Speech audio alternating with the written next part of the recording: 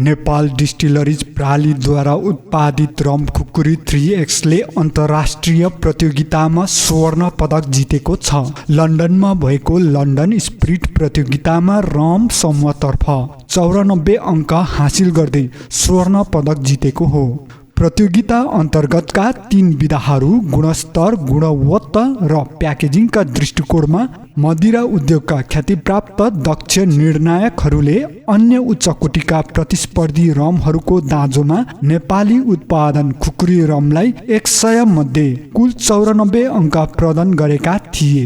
यो नै सर्वोत्कृष्ट अङ्क भएको प्रमाणित गर्दै खुकुरी रम विश्वव्यापी रूपमा मान्यता प्राप्त रम भएको छाप लगाइदिएको कम्पनीले जनाएको छ।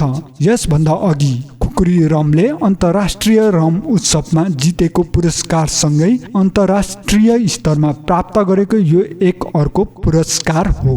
1959 देखि मदिरा उत्पादन गर्दै आएको नेपाल डिस्टिलरिज आफ्नो सम्पदालाई कडा गुणवत्ता नीतिहरूका साथ वहन गर्दै तेस्रो पुस्तामा आइपुगेको कम्पनीले जनाएको छ। नेपालमा बनेको वास्तविक नेपाली ब्रान्डका रूपमा यो पुरस्कार ग्रहण गर्न पाउँदा अत्यन्तै गौरवान्वित भएको नेपाल डिस्टिलरिजका कार्यकारी प्रमुख कृष्णकुमार चुरीवालाले बताए।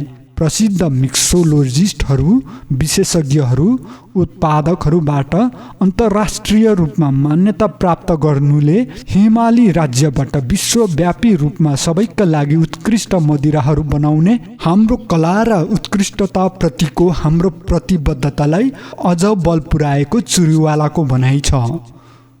खुकुरी रम बेलायत, अमेरिका लगायत 13 मुलुकहरूमा निर्यात हुँदै आएको कम्पनीले जनाएको छ।